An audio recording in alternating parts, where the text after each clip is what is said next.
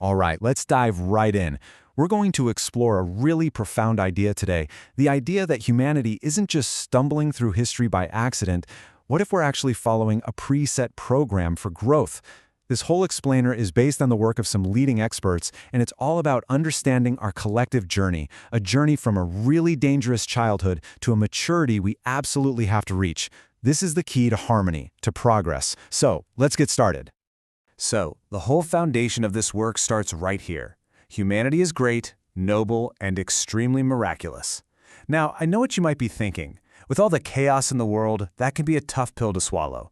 But this isn't just some nice wishful thinking. The argument is that this greatness, is part of our core design. It's who we are.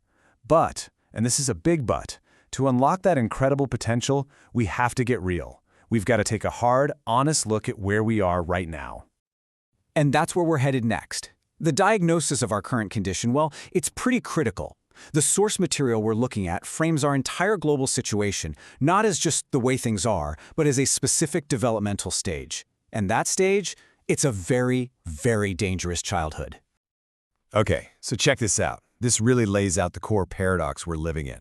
On one hand, you have our technology, our power. It's just exploding, right?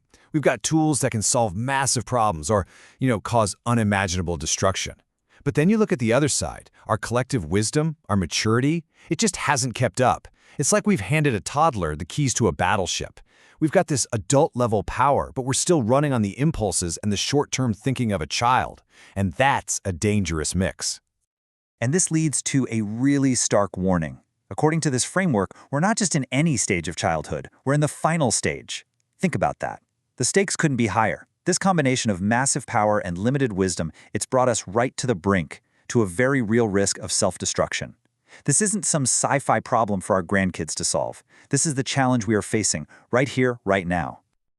So, okay, that's a pretty heavy diagnosis. The big question is, what's the cure? How do we grow up before it's too late? Well, the amazing thing is, the solution isn't something we have to go out and invent. It's not some new technology. Instead, it's about understanding and, more importantly, activating a powerful system that's already built into every single one of us. It's been there all along. And here it is. The core concept is called the initial configuration. The best way to think about it is like our species operating system. Like Windows or iOS, but for humanity. It's this incredibly complex preset program that has the entire blueprint for our development, not just for you and me, but for all of us as a whole. So the good news is, we're not lost. We've just kind of forgotten to read the manual. Now, the main tool in this operating system, the key application, if you will, is something called the thinking function.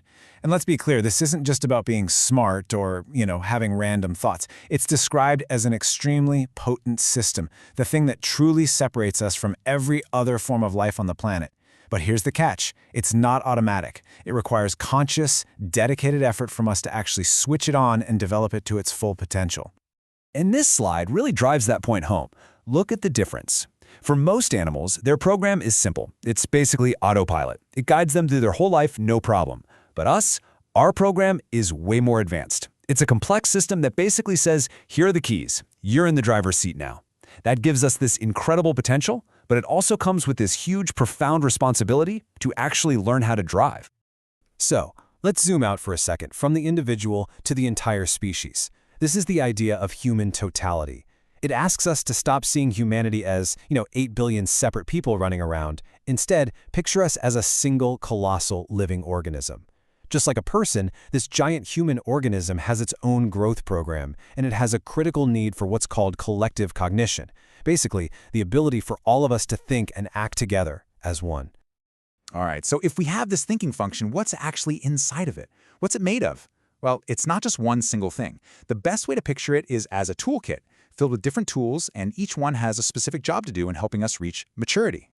And we have a map for this toolkit, thanks to a researcher named MFZ.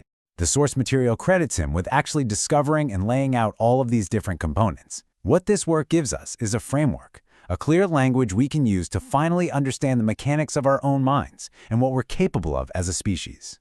So let's take a look at some of the tools in this kit. We've got things like the logic function, obviously, but look what else is in here. The conscience function, the faith function, even a sense of mission function. And then there's the emotion function and the self-interest function. See the range here? It's not just about cold, hard logic. The whole idea is that to be truly mature, to have a balanced, healthy mind, you have to understand and consciously develop all of these different parts of yourself. So how do we do it? How do we develop these functions? The path is actually a pretty clear two-step process. Step 1, we have to develop knowledge. Simple enough, right? We have to emerge from what's called the knowledge zero point, basically a state of ignorance. But step 2 is the game changer. We have to use that knowledge, and not just to build better phones or faster cars, but to turn it inward, to consciously work on and develop our own thinking functions. That's how we build a better civilization. But here's something to keep us humble. For all of our incredible achievements, all our science, all our art, the argument here is that the knowledge we've gathered so far, it's still just at a childhood level. It makes you think, doesn't it? Any sense of arrogance, any feeling that we've got it all figured out, really just shows how little we understand our own true potential. We have so much more room to grow. Okay, so this isn't just some interesting theory for a philosophy class. This knowledge comes with a responsibility. It's a call to action. It actually defines a mission, not just for humanity out there somewhere, but for you, for each and every one of us. It's presented as our paramount duty. And it starts with this, a pretty direct command. Refuse to be a thought slave. So what does that mean?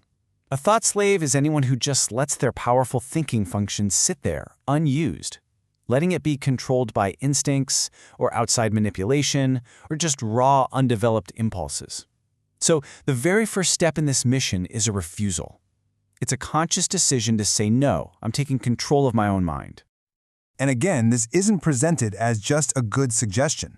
It's framed as an obligation. Our inherent nobility as human beings isn't something we just get for free. It's something we have to earn, something we have to realize and uphold by doing the hard work of developing our own thinking function.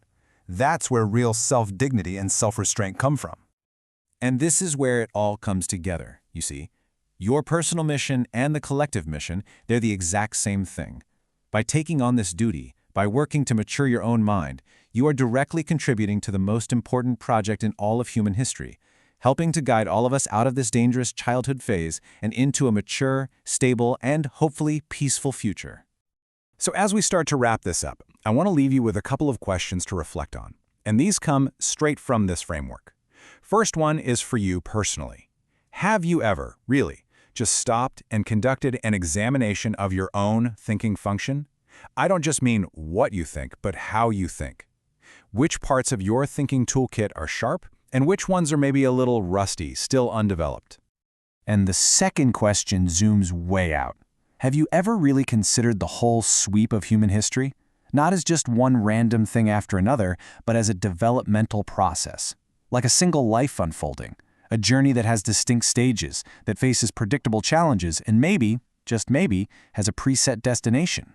Really thinking about these questions, well, that's the first step on this mission for maturity.